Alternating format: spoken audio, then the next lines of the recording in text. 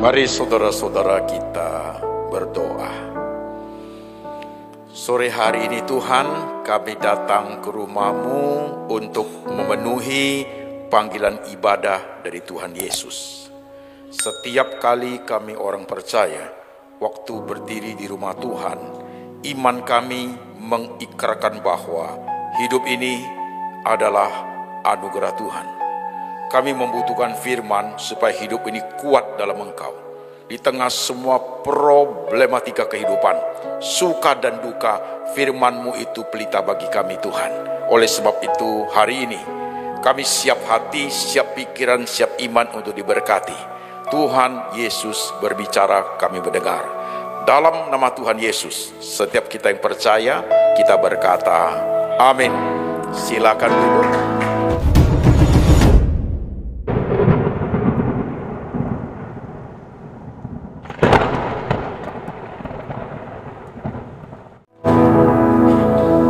Shalom, apa kabar? Luar biasa, saya Pendeta Antoni Chang. Temanya sesuai dengan Gembala, mengatasi kejenuhan. Filipi pasal 4. Filipi pasal 4 ayat 4 sampai 13. Saya bacakan, saudara memperhatikan. Filipi pasal 4 ayat 4. Bersukacitalah senantiasa dalam Tuhan, sekali lagi kukatakan bersukacitalah. Hendaklah kebaikan hatimu diketahui semua orang, Tuhan sudah dekat. Janganlah hendaknya kamu khawatir tentang apapun juga, tetapi nyatakanlah dalam segala hal keinginanmu kepada Allah, dalam doa dan permohonan dengan ucapan syukur. Damai sejahtera Allah yang melampaui segala akal akan memelihara hati dan pikiranmu dalam Kristus Yesus. Jadi akhirnya, saudara-saudara, semua yang benar, semua yang mulia, semua yang adil, semua yang suci, semua yang manis, semua yang sedap didengar, semua yang disebut kebajikan dan patut dipuji, pikirkanlah semua itu. Dan apa yang telah kamu pelajari, dan apa yang telah kamu terima, dan apa yang telah kamu dengar, dan apa yang telah kamu lihat padaku, lakukanlah itu. Maka Allah sumber damai sejahtera akan menyertai kamu. Aku sangat bersukacita dalam Tuhan bahwa akhirnya pikiranmu dan perasaanmu bertumbuh kembali untuk aku. Memang selalu ada perhatianmu, tetapi tidak ada kesempatan bagimu. Kukatakan ini bukanlah karena kekurangan, sebab aku telah belajar mencukupkan diri dalam segala keadaan. Aku tahu apa itu kekurangan, aku tahu apa itu kelimpahan. Dalam segala hal dan dalam segala perkara tidak ada sesuatu yang merupakan rahasia bagiku, baik dalam hal kenyang maupun dalam hal kelaparan, baik dalam hal kelimpahan maupun dalam hal kekurangan. Segala perkara dapat kutanggung dalam Dia yang memberi kekuatan kepadaku. Amin. Mengatasi kejenuhan. Pasti susah tema ini, saudaraku. Pelan-pelan ya jemaat sekalian. Mengatasi kejenuhan itu, saudaraku, kalau bicara kejenuhan itu ada dua loh itu loh. Satu, jenuh secara spiritual. Malas gue baca Alkitab. Doa rasanya hambar di mulut, kira-kira begitu. Ya. Doa, jenuh secara spiritual. Yang kedua, jenuh dalam hal sekuler, dalam kehidupan sehari-hari. Nah, dua bagian itu, saudaraku, biasanya saling mempengaruhi. Kalau you jenuh dalam bidang sekuler, ya kan mempengaruhi dunia rohani loh. Begitu. Nah sekarang kita mau apa? Waktu kita mau mengatasi kejenuhan itu, kalau kejenuhan dunia sekuler kita besar, sementara kita punya dunia rohani itu kecil, habis. Langsung susah nih ya, habis. Ya. Tetapi kalau dunia sekuler, dunia rohani kita besar, dunia sekuler kita masukkan ke lingkaran besar, itu oke. Maka Paulus bisa ngomong, segala perkara dapat kutanggung. Itu penting. Ini inti pada intro daripada khotbah hari ini, jemaat sekalian. Nah, jenuh di bidang sekuler, saudaraku, pasti tentang kehidupan kita. Sudah pasti. Problem kehidupan. Kenapa dia menjadi jenuh, saudaraku? Ada hal-hal masalah yang kita hadapi, ada hal yang kita ingin tidak tercapai, ada kesulitan, ada tantangan yang membuat kita itu sampai itu jenuh itu artinya tidak ada semangat lagi. kehilangan semangat, saudaraku, gak ada gairah, itu jenuh namanya, saudaraku. Terlampau sulitnya problem itu membuat kita tuh penat, saudara sekalian, jadi jenuh begitu. Nah, kenapa itu harus kita pahami dulu, saudaraku? Ini penting, ini pelan-pelan ya. Saya pakai kalimat-kalimat yang membuat saudara berpikir sedikit. Tidak semua doa kita dijawab Tuhan. Harus ngerti loh. Kalau you mau semuanya Tuhan jawab, you tambah jenuh nanti hidup ini. Waktu Tuhan tidak jawab, loh kok begitu? Tidak semua doa kita dijawab Tuhan. Ada sebagian jawab, sebagian Tuhan bilang tidak. Oh begitu Pak Benta? Iya. Bukankah kalau beriman saja Tuhan pasti kasih? Iya, tapi dalam sisi lain kita harus lihat kebenaran itu satu hal yang utuh, nggak boleh parsial setengah. Gitu. Misalnya tentang hal kesehatan. Ya. Kalau apa yang kita minta, Tuhan harus jawab semua doa kita, harus penuhi kita semua, saudaraku, tentang kesehatan, nggak ada orang mati loh. Ya dong, you punya opa, oma yang mau mati, you doa, harus sembuh. Nah, itu dunia pasti kacau. Di tempat rumah sakit bersalin, bayi lahir terus. Di kuburan kosong, gak ada yang mati. Di rumah ada engkong 5. Umurnya goceng, ceceng, noceng, cepek, nope, banyak tuh. Ada 8 engkong di rumah. Kenapa? Gak bisa mati. Mau belajar begitu? Gak gampang belajar rohani begitu. Kalau enggak nanti jenuh. Pak Pendeta, betul nggak? Betul. Mau fakta? Jelas fakta ada di diri saudara sendiri aja. Ada nggak papa mamamu yang sudah meninggal lama? Dulu sebelum meninggal, you doakan. Habis doa, bukannya sembuh Pak, meninggal. Itu Tuhan bilang, no. Kita harus nggak boleh pungkiri itu, saudaraku. Nah ini penting. Kalau tidak, you mau yes saja, oh luar biasa susahnya hidup ini nanti. Ya. Karena jujur, semua permintaan kita itu tidak semua benar loh. Egoisnya bukan main. Tidak semua benar. Bahkan permintaan kita sekarang kita pikir good, bagus, tidak dosa, on the track. Tapi 3 tahun di depan kita nggak tahu. Tuhan sudah tahu. Tuhan sudah tahu itu bahaya buat lu. Kita nggak mau. Ini kerohanian mesti main di sini supaya jenuh itu bisa kita atasi. Kalau tidak, manusia itu luar biasa jenuhnya. Nanti jenuh kepada Tuhan, jenuh pada hidup, saudaraku. Nah, kalau sudah jenuh kepada hidup, jenuh kepada Tuhan, apalagi tidak punya bertuhan, habis. Itu kejenuhan itu masalah psikologis, akan mempengaruhi jiwa dia. Ya, mulailah khawatir, tak bisa tidur, ini itu, lama-lama stres, saudaraku. Dari stres menjadi stres berat, ujungnya depresi. Itu gitu.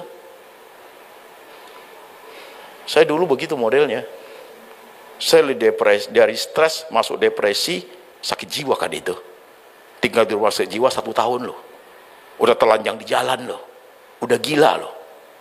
Percaya Tuhan Yesus, Tuhan sembuhkan, sekolah pendeta jadi ini.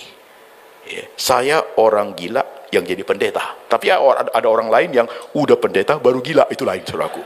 Itu kelasnya beda. Itu kelasnya beda. Ini udah gila baru jadi pendeta. Kan orang udah jadi pendeta baru gila dia. Itu lain cerita itu, men, begitu. Nah, sekarang perhatikan, seni merendah hidup itu menjadi sangat penting loh. Iya. Aku percaya, sekarang saya share sedikit. Udah tahu saya kondisi begitu, saya udah bypass jantung. Pak Iwan tahu sekali, mataku sudah buta 1 karena diabetes. Udah beres, sudah operasi jantung, udah mata buta, ini udah operasi, ini sudah nggak bisa lihat begitu. Seminggu terakhir ini, saya cek ke dokter diabetes. Karena obat gula saya tidak bisa turun lagi. Gula darah saya, kenapa? Bapak sudah makan obat gula 30 tahunan. Tuh, ubah Pak. Ubah. Jadi obat siang aja, malam suntik insulin Pak. Berapa unit, berapa diajarin. Nah sekarang mulai teratur, bagus gulanya. Cek lagi ya Pak, aku cek lagi ke dokternya, cek hasil. Udah good, tapi sekarang masalah ginjal. Diabetes itu sumber dari segala penyakit. Ya, saya udah kena di jantung, di mata, sekarang di ginjal. Ginjal Bapak fungsinya tinggal 60%. Dan AC rasio, kreatinin dan albumin itu, biasa rujukannya 30 sampai 300. Saya punya 887. Bapak itu kerusak ginjalnya sangat parah. 1 step lagi cuci darah Pak. Itu loh saya sekarang. Nah, saya doanya apa? Saya percaya loh, Tuhan saya maha kuasa. Kita semua begitu kan iman kita kan? Iya. Saya percaya, sama dengan you. Jangankan sembuhkan penyakit ini, orang mati aja Tuhan bangkitkan loh, kan begitu. I believe. Tapi saya percaya begitu, tapi saya juga harus menghormati kedaulatan Tuhan. Kalau Tuhan tidak mau, lu paksa. Ayo, ini masih belajar. Doa saya, aku pengen sembuh, pasti dong, kan manusia kita. Masa saya bilang Tuhan biarin sakit, gila lagi itu aku, saudaraku. Ya kan? Ya pengen Tuhan aku mau sembuh begini-begini. Tapi ke Tuhan say yes, sembuh. Kalau Tuhan bilang tidak. Jadi jenuh rohani loh kalau tidak pahami dengan baik. Ini baru satu contoh begitu. Jadi perubahan rohani saya, Tuhan, you sembuhkan saya, thank you. Saya akan semangat melayani. Tuhan tidak sembuhkan saya, tetap thank you. Saya akan jaga badan saya. Ya dong? Tidak disembuhkan, saya jaga, masih bisa treatment ini badan begini, bisa jaga makan segala macam. Dokter udah ngomong, ikan laut dalam nggak boleh makan, daging merah nggak boleh makan, binatang kaki 4 nggak boleh makan. Padahal aku paling suka babi itu, saudaraku. Mobil saya belakangnya 777 SMB. SMB itu suka makan babi. Kalau saya makan, kakinya saya potong 1 jadi 3 dong, boleh kan? Itu boleh, harus jaga supaya apa? Supaya jangan cuci darah. Nah Tuhan, kalau you tidak sembuhkan saya, nggak perlu luka loh di sini. Saya akan jaga di badan sampai kapan? Sampai dia komplikasi. Itulah yang membawa saya pulang ke surga. Beres dong. Kalau tidak, you panik. Udah panik cari orang pintar loh nanti loh. Itu yang bahaya. Ini satu mata Tuhan tidak sembuhkan, nggak jadi masalah.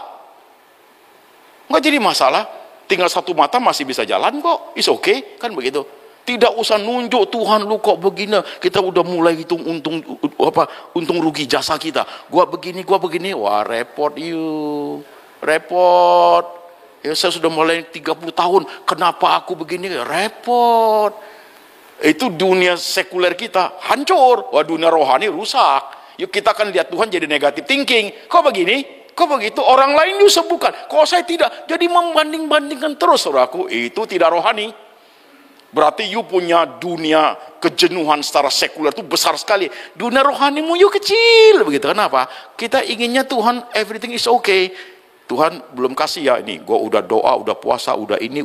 Kita pakai alat-alat rohani kita untuk maksa Tuhan. Kan repot, men. Gak bisa begitu. Di kolam Bethesda banyak orang sakit di situ. Kalau air bergelombang, artinya malaikat turun di situ. Lompatlah di situ. Ada satu orang, jangankan lompat, bangunnya jadi susah, kan begitu. Ketemu Yesus, kau mau apa daripadaku? Sembuhkan aku. Yesus bilang, angkat kasurmu dan berjalan. Sembuh loh. Satu orang, kan di situ banyak. Kita tanya Tuhan Yesus, kan di situ kan banyak orang yang sakit. Kenapa sembuhkan satu aja? Yesus jawabnya sederhana kok. Mau saya wakili yang jawab. Yesus bilang apa? Suka-suka gua. Kan gitu kan? Ayo kita masuk satu step lagi. Pak Pendeta, kalau Tuhan bilang, ya senang nggak? Ya senang kita. Yang you minta Tuhan bilang, ya senang sekali. Senang banget, aku pun mau, saudaraku. Tapi sekarang pelan kita mikir. Kalau Tuhan bilang tidak, perasaannya gimana? Pertama pasti kurang enak. Ya jenuh itu muncul. Kok begitu? Aku kan minta pacar yang cantik, langsing, putih, kaya, rohani, baik, cinta Tuhan 7 poin. Itu gak ada di sini, itu jangan cari, saudaraku. Itu ada di surga, men. Ya kan begitu kan. Tuhan kasih kamu cuma 3 poin. Mata gede, kaki gede, semua gede. Ketakutan juga. Ini orang atau setan nih. Marahlah kamu, Tuhan kok kasih begini. Aku minta burung cendrawasih, kok burung gagak yang datang. Kan begitu. Kadang-kadang dalam hal ini pun kita harus belajar mengerti Tuhan, saudaraku. Ya. No itu untuk apa? Wah. Prinsip Alkitab ada loh. Yesus doa di Taman Getsemani. Bapak, jikalau engkau mau singkirkan cawan pahit daripadaku, artinya nggak naik ke atas kayu salib, kan begitu. Buktinya Yesus naik. Berarti Bapak bilang no. Pentingnya no dalam Alkitab itu, kalau Tuhan bilang yes, kita nggak diselamatkan loh, men. Nggak ada keselamatan buat kita loh. Pada saat Tuhan bilang no, keselamatan terjadi sama kita. No-nya Tuhan tuh hikmatnya dalam sekali. Tapi menjalannya tidak mudah. Ya dong. Tidak mudah. Dapat istri cakep senang sekali. Menjalinnya susah, men. Istri cakep itu banyak maunya. Beauty is expensive. Dia punya listrik satu set 120 juta. You kasih dia listrik, papa habis. You ikat perut nggak makan gara-gara listrik dia, saudaraku. Kan begitu. Beauty expensive, dia mau mobil bagus karena dia cakep. Pakai lipstick bagus, hujan gerimis, nggak jadi masalah. Begitu. Pusing you, cakep.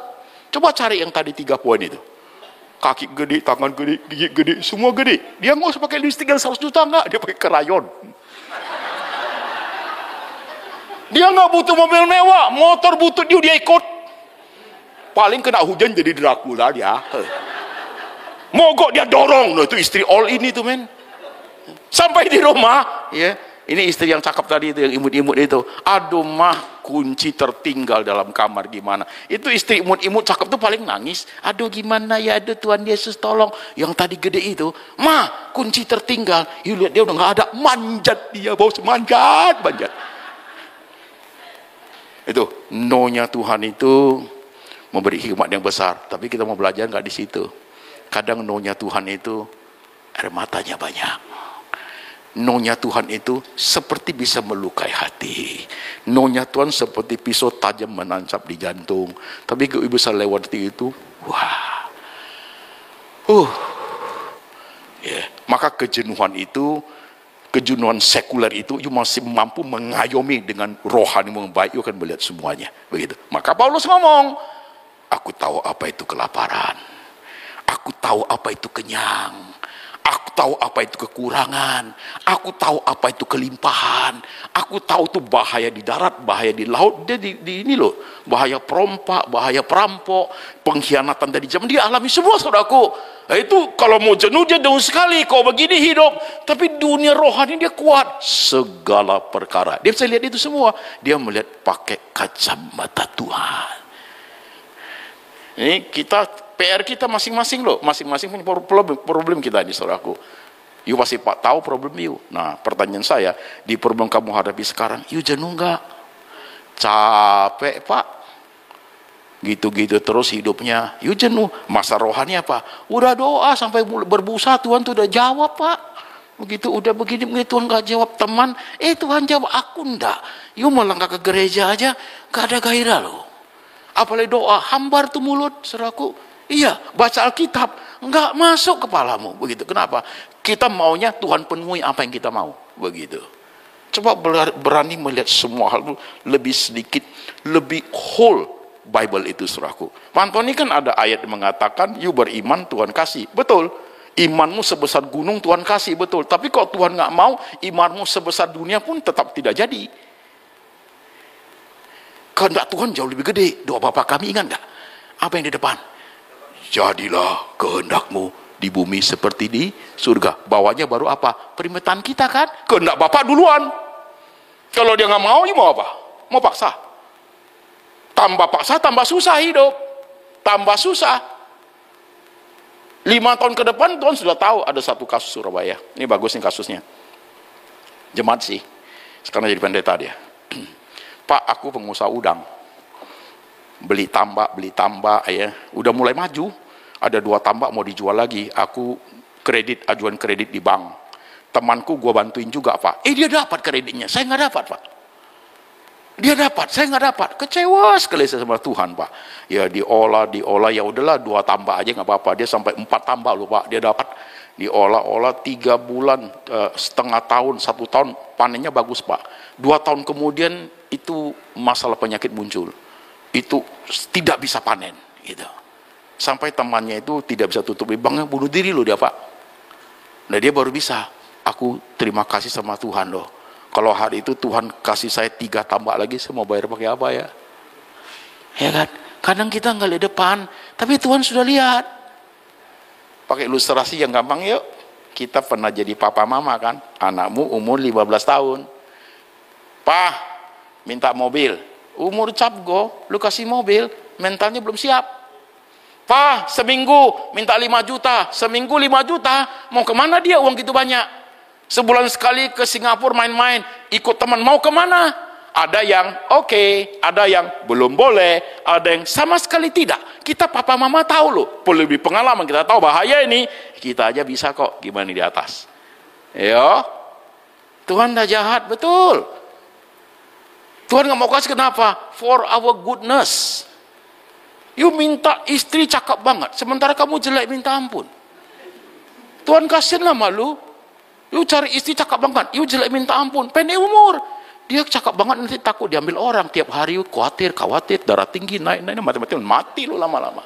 Ya kan? Tuhan kasih yang sama jeleknya, aman tuh. Itu tahan lama itu, nggak mati-mati dah saudaraku. Gitu. Istri cakep banget, suami kayak karung goni men, begitu. Kok begitu? Tuhan baik. Itu suami udah pendek, dapat istri yang cakep, perbaikan keturunan. Suami pendek, dikasih istri lebih pendek, anak jadi monyet men, kan begitu. Kasianlah hidup. Tapi kita nggak mau, kita mau seperti yang kita ingini. Itulah membuat susah rohani. You tidak bisa melihat kebesaran Tuhan lagi. Rohani itu begitu loh. Nangis silakan, udah nangis berhenti nangis, stop. Kecewa boleh, karena manusiawi kan begitu. Udah kecewa, cukup waktunya berhenti, begitu. Nggak bisa kita bilang, pokoknya aku tidak, nggak bisa. Human nggak begitu. Manusia di real life, secara psikologis itu begitu. Bisa nangis, tapi harus stop, ada timingnya. Suami meninggal, you nangis, ada timingnya. Nangis dong, kalau you ketawa, hati-hati lu men. Satu udah gila, dua rupanya udah punya pacar, begitu. Cepat dia lewat, kan begitu. Nangis setengah tahun, oke, saya cinta dia, oke, nangis tahun, oke, malam-malam masih bilang, papa mau ikut lu dia lu. Suamimu datang jemput, you ketakutan men, gitu. Ya. Tahun kedua you nangis lagi, sudah tidak sehat. You tidak nangis untuk orang mati itu, kamu nangis untuk diri kamu sendiri. Wah, bahaya. Jangan mau begitu. Kan kalau sudah mati selesai dong, kan udah selesai. Jadi nikah kita kan begitu, saling mengasihi, mencintai, sampai maut memisahkan. Maut sudah memisahkan, selesai dong. Ngapain udah tatap lagi? Udah tatap setahun, udah. Tahun kedua, nggak usah nangis, senyum, ngomongnya gini, Papa, aku ikut orang lain ya. Nah, itu bagus. Itu live. You see? Ini bisa lebih terbuka. Lihat, aku udah sakit loh di lo. Tapi lihat semangat saya. Nggak berubah sedikit pun. Saya nggak tahu Tuhan kasih waktu saya berapa lama. Saya bisa jaga baik makanan saya. Ada jemaat sih, dia fungsi ginjalnya tinggal 35%. Saya 60. Tapi dia bisa jaga itu makanan ketat sekali, istrinya ketat saudaraku. Sampai sekarang udah 11 tahun masih hidup. Kan ada contoh men. Tuhan, you mau kasih begini badan saya akan jaga. Iya dong. Bisa nggak? Atau selalu mau bandingkan begitu. Tapi ada konsekuensi pribadi manusia itu ada. Lihat babi gua ngilir men, ada kan begitu kan. Yang merah-merah udah nggak boleh kan gitu. Harus bilang tidak boleh. Yuk lihat, waktu kita umur 30, apa aja kita makan. Ya kan? Organ tubuh kita baik. Tapi setelah kita umur 60, apa aja juga kita makan. Kan fungsi organ tidak sekuat dulu lagi, habis. Harus batasi itu makan. Kalau masih muda organ bisa kerja, tapi kalau sudah 60, you makan porsi tetap sama, sakit. Kan begitu. Nah ini harus kita pahami secara global begitu saudaraku. Lihat Tuhannya enak. Tuhan, saya mesti bagaimana? Kalau Tuhan jawab yes, kamu harus bagaimana bersikap?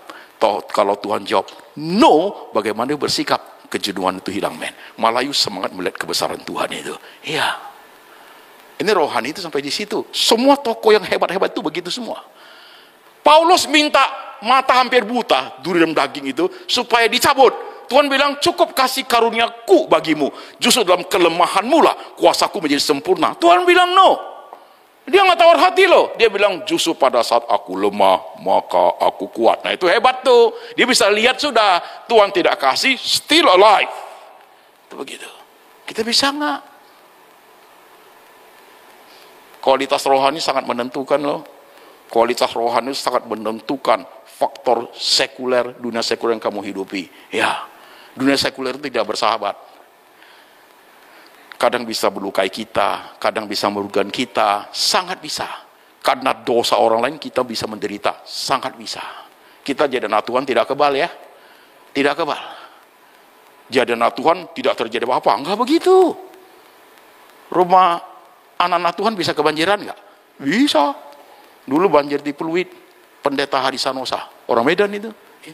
Masuk air rumahnya. Pendeta, itu air haleluya namanya, masuk.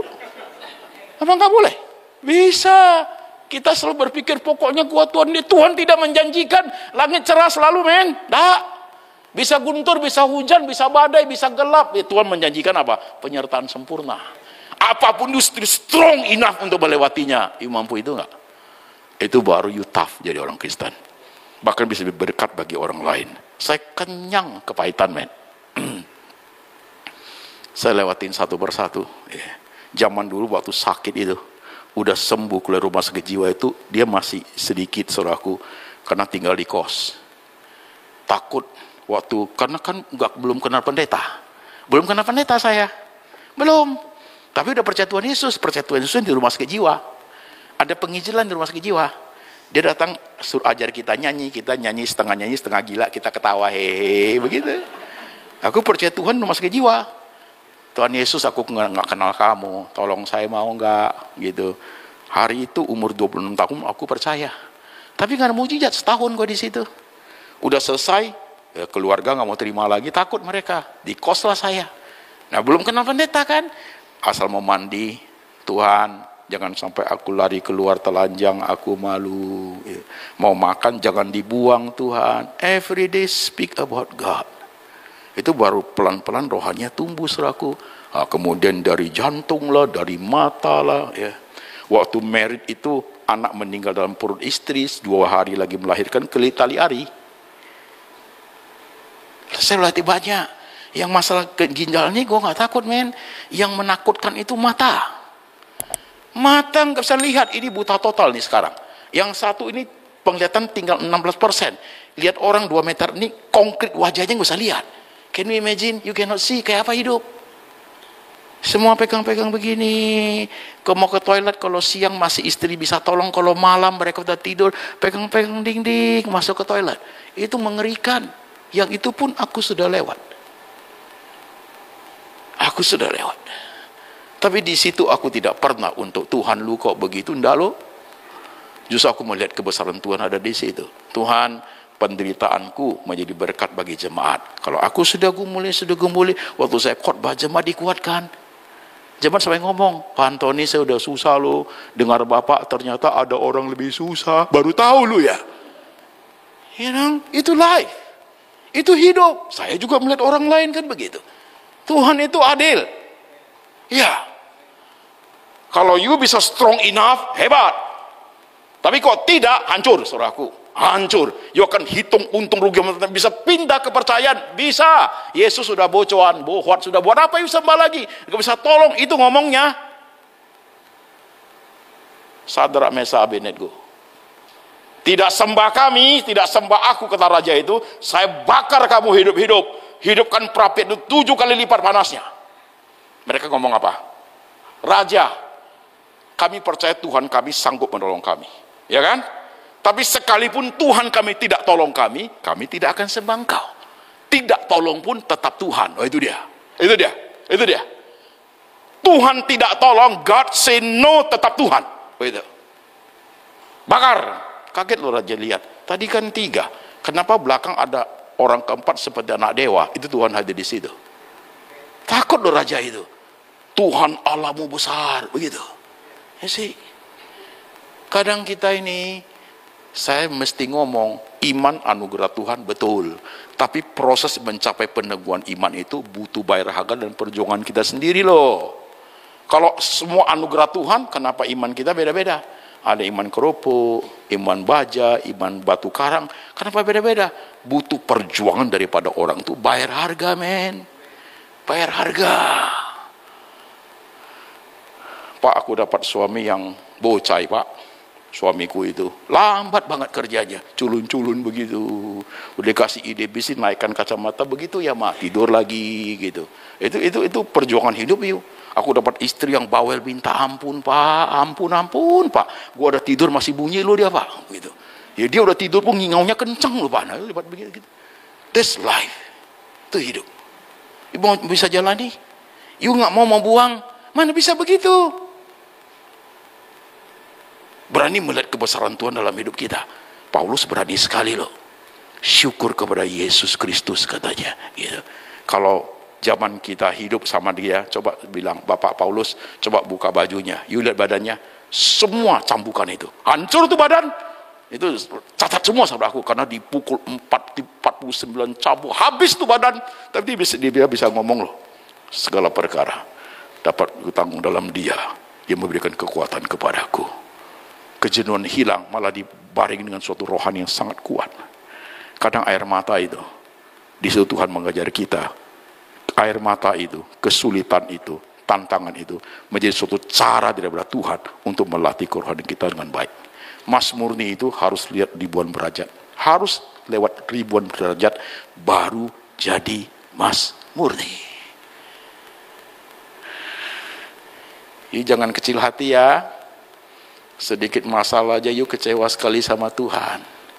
Tuhan mau bereskan masalahmu tinggal balikin tangan loh sebenarnya. Kenapa tidak? You harus belajar hikmat di balik itu. Why? Apa maksud Tuhan ya? Kan begitu. Tuhan mau tolong kamu seperti membalikkan tangan. Tuhan maha besar, tahu semua. Tapi kenapa tidak? Itu harus kita pahami dengan hikmat kita. Ya kan? Suami yang kamu sayang itu Tuhan mau sembuhkannya, mau buat dia hidup, bisa. Kenapa tidak? Mesti pahami. Mesti ngerti dengan baik. Ini merupakan suatu perenungan yang dalam sih dalam hidup ini. Ya, why not dan why yes, why no Tuhan. Aku harus belajar apa tentang hal ini. Gitu. Tuhan membentuk orang lewat senyum, pasti. Sukacita, yes. Tapi Tuhan membentuk orang juga lewat air mata, lewat kesulitan, lewat tantangan, lewat hal terpojok, sudah tak berdaya. Itu hebat loh saudaraku. Coba itu secara sosiologis saudara pelajari. Di daerah yang pergolakan Kristennya tidak kuat saudaraku ya, tidak kuat pergolakan Kristennya, tidak pernah lahir tokoh besar, iman besar tidak ada. Di kampung, pedalaman Kalimantan sana, santai, bapaknya bangun jam 4 subuh, masak air, makan, kemudian bawa anjing seekor, bawa itu ember, pergi ke hutan ngapain? Potong karet. Potong karet selesai jam 2, agak kering, bawa pulang, sampai ke rumah jam 5 sore. Main-main sama anjing, makan, bubuk. Gak pernah lahir tokoh besar. Tapi kok sih di Jerman lah, penganiayaan ini, itu iman besar muncul loh. Jadi kalau hidup ini gak ada gelombangnya, semua rata, nggak jadi siapa-siapa kita men. Gak jadi siapa-siapa. Itu Kongfucu bagus ngomongnya. Kalau you buat satu fondasi, gali lubang, masukkan tiangnya, ya, masukkan semennya, tapi sewaktu masukkan semen, tiangnya harus digoncang supaya perekatnya masuk ke semua selah. Waktu dia kering sangat strong, digoncang. Nah, kalau you masih muda, persoalan datang ini, itu pembentukan dari Tuhan sudah pasti gitu. Ada dosa orang nggak Pak? Ada. Dosa orang, kejahatan orang Tuhan bisa gunakan untuk kebaikan kita, ya kan? Orang mereka-rekan jahat Tuhan mengubah menjadi kebaikan buat kita. Itu loh hidup itu, strong, sangat strong. Jadi kita lihat dunia itu tidak pesimis, tidak pesimis. Orang lihat kita, you sudah tolonglah Tuhanmu mana itu seperti itu. Lihat itu Yusuf, baik-baik, kukunya mau jual dia karena iri. Oh udah, dikasih, nggak usah dibunuh, dikasih jual ke Potifar aja. Istri Potifar ajak dia berzina, kemudian fitnah dia, masuk penjara. Kita berani bilang Tuhan tidak sertai dia. Oh, jadi orang nomor 2 paling besar di Mesir. Saudara mau tahu gak hidup di tangan Tuhan itu kayak apa? Kalau kita pakai istilah kerang mutiara, paling pas. Saya dulu punya jemaat yang itu ternak kerang mutiara, yang akan jadi mutiara itu. Itu kerang sejenis yang berbeda. Dan dibuat baknya, dibuat airnya, juga ada pasir. Jenis pasir pun beda, pasir yang tajam itu. Ya. Seperti besi dia. Jadi sekarang itu sudah diubah dengan air, itu pasir itu dilempar, di sapu-sapu di atasnya. Nanti dia buka kerangnya, ada airnya, itu pasir masuk. Waktu masuk nancap di badannya, itu sakit itu, tak enak, ya, nyeri. Tapi gimana? Sudah nempel. Pelan-pelan dia pakai air liurnya, balut. Udah nggak sakit, tapi tetap nggak enak. Benda asing, butuh waktu sekian lama balut sampai itu benda itu sudah bulat oleh liurnya, bahkan sudah menjadi bagian dari dirinya. Muncullah kerang mutiara. Itu loh, nggak tiba-tiba keluar. Lewat kesulitan yang amat sulit loh, lahirlah kerang mutiara Itu begitu. Itu begitu hidup. When you want everything is okay, semua mau shortcut, semua apa. Kasian banget orang Kristen ketika menghadapi hal yang hantaman kuat sekali, you tak tahan. Pasti hancur. Pasti runtuh, saudaraku. Begitu. Itu loh hidup ini. Tuhan itu membentuk dari dua sudut begitu. Maka pada saat timbul secara manusiawi, you jenuh, cepat sigap. Tuhan, kenapa saya jenuh ya? Oh, ada keinginan tidak tercapai. Ada kejahatan orang lain membuat saya rugi. Ada juga tindakan orang lain membuat saya itu menjadi sulit sekali. What should I do, Lord? Saya harus buat apa dalam hal ini? Tuhan bilang yes atau no, masih di tengah-tengah kan? Tapi you lakukan yang terbaik yang kamu bisa. Ya, I have done my best. Respon imannya bagus. Kalau Tuhan bilang yes, saya harus bagaimana? Kalau Tuhan bilang no, saya harus bagaimana? You stabil di depan. Di tengah-tengah rohani begitu, you stabil. Bahkan bisa menguatkan orang lain loh. Orang yang pernah pacaran 8 kali, putus, itu bagus. Nanti kok ada di rumah pacaran putus, sini, kakak ajarin lu baru sekali, gua 8 kali, gua ajarin. Cara nangisnya sini gua ajarin, begitu. It's life. Maka orang bilang, experience is the best teacher. Pengalaman adalah guru yang paling baik. Tuhan ada di bagian itu loh. Ya, jangan buang pengalamanmu, itu mahal. You sudah bayar dengan air mata, you sudah bayar dengan kesedihan. Masa you tidak tarik makna spiritualnya? Sayang, itu hanya jenuh sekuler. Tarik makna spiritualnya, you melihat nilai spiritual di situ, kan sudah bayar harga. Banyak kita enggak, hanya meratapi, buat apa?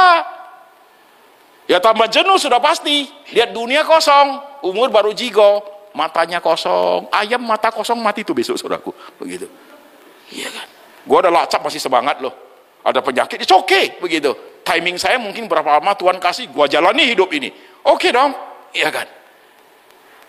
Coba lihat hidup. Jadi saudaraku, jenuh bisa datang, pasti bisa. Tapi bagaimana kamu mengatasi itu jadi penting. You punya spiritual melihat semuanya itu, melihat pakai kacamata Tuhan melihatnya. Tuhan, kalau ini saya harus apa? Kalau ini saya harus apa? Gitu. Belum tentu semua orang Kristen bisa lihat itu loh. Saya ilustrasinya begini. Kalau ini lobang, ya, ini katakan lobang. Lobang itu, that is all you problem there, ya kan? Jenuh sekali. Tapi kalau gedung ini, Tuhan di sini. Nah, kalau setiap kali you bangun, selalu lihat lobang itu. Kenapa aku susah, kenapa ini. Kamu hanya terpusat melihat kesulitan you. You nggak pernah lihat lagi, ini gedung ini Tuhan semua. Susah you. Susah. Tapi kok lihat gedung semua itu, lihat masalahmu, oh cuma begitu ya Tuhan. Ajarku untuk pass through, lewatin satu, lewatin dua. Ujungnya akan melihat apa? Kebesaran Tuhan. Lagu yang lagi tren lagunya adalah Tuhan Tahu. Pernah dengar? You nangis, Tuhan tahu. You doa, Tuhan dengar. Itu lagunya itu. Tuhan tahu semua, men. Tuhan tahu semua. Sedetil-detilnya Tuhan tahu semua. You takut apa? Tuhan tahu semua. He knows everything. Bahkan 5 tahun, 10 tahun di depan tuh kita belum tahu. Dia sudah tahu semua. Itu takut apa? Itu ada kekuatan amat kuat loh dari situ, saudaraku. Ya. Pak Antoni, saya orang miskin, gak punya apa-apa. Ke depan kayak apa ya Pak? Lu takut? Ada orang lebih miskin dari you. Dia kaya apa? Emang dia kalau kaya ke depannya pasti oke? Belum tentu loh. Iya kan? Justru semua depending on God. Maka Tuhan ngomong, khawatirmu cukup 1 hari saja. Karena besok masih ada khawatirnya sendiri. Jangan takut, jangan borong. Tuhan kasih, antri itu biasanya saudaraku. Begitu. Ya. Artinya apa? Depending on God. Ke depan kita nggak tahu, bergantung sama Tuhan. Tuhan ada di situ. Ulangan 29 ayat 29. Segala yang menjadi rahasia adalah milik Tuhan. Oh, yang masih rahasia itu Tuhan punya loh. Ulangan 29 ayat 29, sangat gampang hafalnya. Kalau ada mobil baru, beli mobil ganti platnya. B2929 ULG. Bible, Ulangan, pasal 29, ayat 29. Segala menjadi rahasia adalah milik Tuhan. Mobil itu dicicil pun rahasia Tuhan. You see life? Masih di depan Tuhan ada di situ.